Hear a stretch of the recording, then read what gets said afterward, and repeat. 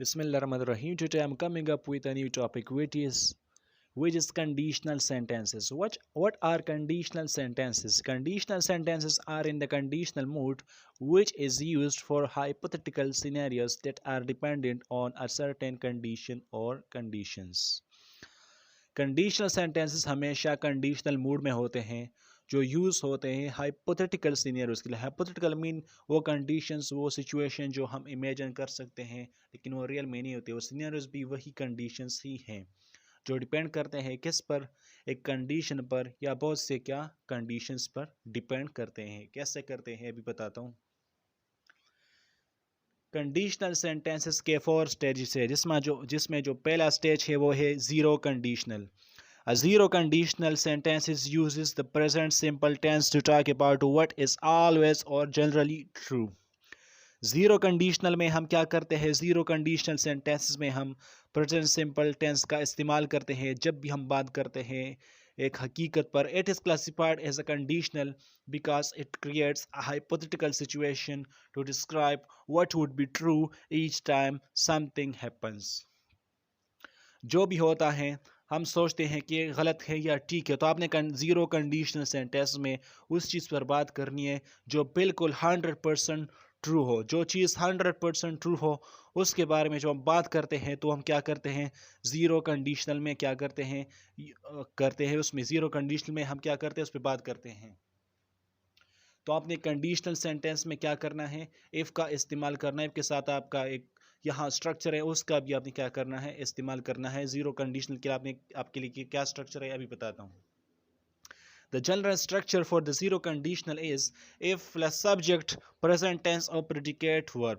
if है subject है, उसके बाद present tense है और predicate verb. predicate verb का मतलब कि subject के बारे में जब कोई verb यूज होता है उसके लिए क्या कहते हैं, उस चीज़ को हम क्या कहते हैं, predicate verb कह सकते हैं। इसके बाद ये subject and plus present tense of main verb. यहाँ मेन वर्ब होगा किसका, प्रेजेंट टेंस का, जो क्या होगा मेन वर्ब होगा। तो ये स्ट्रक्चर किसका है, ये ज़ीरो कंडीशनल सेंटेंस का स्ट्रक्चर है। इफ है, सब्जेक्ट है, present tense of predicate verb है, उसके बाद सब्जेक्ट है और present tense of main verb है।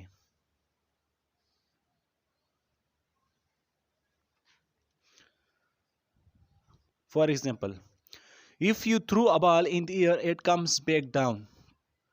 आप जब बालू पर फेंकते हैं हवा में तो वो वापस नीचे ही आती है, तो हकीकत है।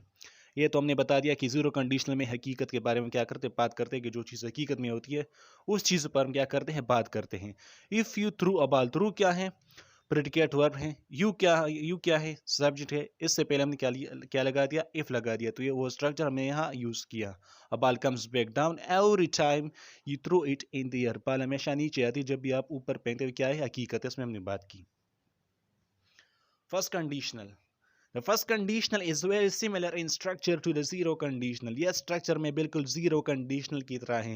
We still use if plus the present simple to create the condition. एक condition को create करने के लिए हम if use करते हैं, उसके साथ present simple use कर सकते हैं। Except that we now use the future simple tense. First conditional में क्या करते हैं, फ्यूचर सिंपल टेंस यूज़ कर सकते हैं। उसके बाद हम विल यूज़ करते हैं। उसके बाद plus bare infinitive. Bare infinitive का मतलब कि वो जुमले जो हम बगैर ट्रू के बनाते हैं, जिसमें हम टी और जो ट्रू है वो नहीं लगाते, to describe a probable result of the condition. तो फर्स्ट कंडीशनल में हम क्या करते हैं, प्रोबेबली जो चीज़ें होती है उसके बारे में हम बात करते हैं कि एक चीज़ जो है ये ऐसी होनी थी या हम ऐसा कर सकते हैं, ऐसा करेंगे तो ऐसा होगा, ऐसा नहीं करेंगे तो ऐसा नहीं होगा। Thus, the structure is if plus present simple tense will plus infinitive। यह इसका क्या है, स्ट्रक्चर है। तो फर्स्ट कंडीशनल में हम क्या करेंगे, जो चीज़ हमारे लिए मुमकिन है, क्या हम कर सकते हैं, वो नहीं कर सकते। हम करेंगे तो क्या फ़ायदा होगा, क्या फ़ायदा नहीं होगा। ये करेंगे तो ये होगा, ये काम हम करेंगे तो ये होगा। ये क्या है, ये हम फर्स्ट कंडीशनल में क्या करेंगे, स्टडी करेंगे। तो अब बताता हूँ इसके एग्जांपल्स कि आपने इसका एग्जांपल कैसे बनाना है। आपको सब चीज़ें, जो सारी चीज़ें वो वाजे हो जाएगी। For example, if I see him I will tell him. अगर मैं उसे देखता हूँ तो मैं उसे बता दूंगा। ये प्रोबेबिलिटी है। अगर मैंने उसे देख लिया तो मैं उसे क्या करूँगा, बता दूंगा। If I win the lottery I will pay a new house. ये भी वही एग्जाम्पल है। एक एग्जांपल और, अगर मैं तैयारी करता हूँ टेस्ट के लिए तो मैं टेस्ट पास कर लूँगा, तो ये क्या है, फर्स्ट कंडीशनल में हम क्या करते हैं, ये चीज़ें स्टडी करते हैं कि अगर मैं ऐसा करूँगा तो ऐसा हो जाएगा।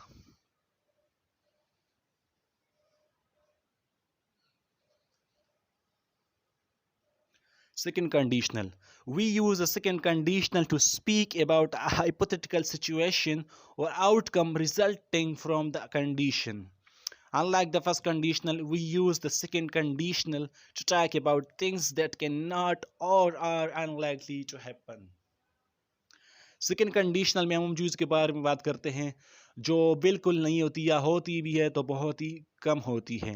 हम क्या करते हैं इसमें सेकेंड कंडीशनल में, उन चीज़ों के बारे में बात करते हैं जो होती हैं, होती नहीं है बिल्कुल, लेकिन जब होती भी है तो क्या होती है, बहुत ही ज़्यादा कम होती है। कैसे कम होती है, इससे पहले मैं आपको बताता हूँ इसका स्ट्रक्चर, उसका आपने क्या करना है। Structure. To create the second conditional, we use the past simple tense after the if clause. If clause लगाएंगे, उसके बाद past simple tense लगाएंगे, followed by the would लगाएंगे उसके बाद, plus the bare infinitive for the result of the condition. जो bare infinitive है वो लगाएंगे किसके लिए, for the result of condition. उस condition के result के लिए हम क्या करेंगे, ये लगाएंगे।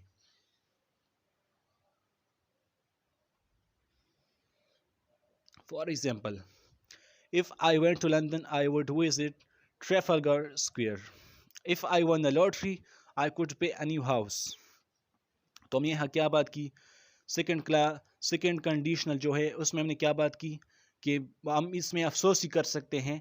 If you had a phone you could call me every day. जो चीज़ें हम माजी में क्या होता है कर सकते थे या नहीं किया हमने, उसके बारे में क्या करते हैं, सेकंड कंडीशनल में बात करते हैं। If I were older, I might stay up all night long. हम यहाँ सेकेंड कंडीशनल में जब इफ़ लगाएंगे उसके साथ आई लगाएंगे तो उसके साथ हम फिर वाज नहीं लगा सकते, हम वर लगाएंगे। तो हम क्या करेंगे, सेकेंड कंडीशनल में उन चीज़ों पर बात करेंगे जो हमसे नहीं हुआ, जो हम करना चाहते थे लेकिन नहीं हुआ, हैपन नहीं हुआ। जो चीज़ें हैपन नहीं हुई जिसके बारे में अफसोस करते हैं, बात करते हैं, वो क्या करते हैं, सेकेंड कंडीशनल में ही करते हैं। Third conditional. Third conditionals are used to establish a hypothetical situation in the past. Past में जो हमारे साथ जो सिचुएशन, जो हालात आए हैं, पेश आए, उसके बारे में जो बात करते हैं वो किस में करते हैं, थर्ड कंडीशनल में, followed by a hypothetical outcome that didn't really happen. Typically, the outcome is the opposite of what actually happened. ये वही बात है कि मैंने खुदा से कुछ और मांगा था और उसने कुछ और दे दिया। मैं कुछ और बनना चाहता था और मैं ये बन गया। जब क्या होते हैं, जो एक्सपेक्टेशन हम किससे एक्सपेक्ट करते हैं उसके खिलाफ जो सब कुछ आता है, बरक्स आता है, वो क्या स्टडी करते हैं हम, थर्ड कंडीशनल में हम वो चीज़ें स्टडी कर सकते हैं कि मैंने ये चीज़ मांगी थी, मुझे ये मिल गई, मैंने ये करना था लेकिन मैंने वो कर लिया। तो ये सारी बातें हम किस में स्टडी करेंगे, थर्ड कंडीशनल में क्या करेंगे, स्टडी करेंगे। बढ़ते हैं इसके स्ट्रक्चर की तरफ।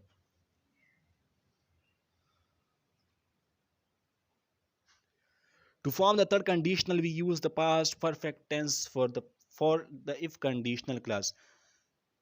If conditional clause लगाएंगे, if लगाएंगे, उसके बाद हम past perfect tense लगाएंगे and would have plus past participle of the verb. उसके बाद would have लगाएंगे और क्या करेंगे, past participle of the verb लगाएंगे किसके लिए, for the hypothetical outcome. तो इस स्ट्रक्चर के मुताबिक मैं एक सेंटेंस बनाता हूँ, उसके बाद सब जो चीज़ें हैं सारी वो अब क्या हो जाएगी, वाज़ेह हो जाएगी थर्ड कंडीशनल के।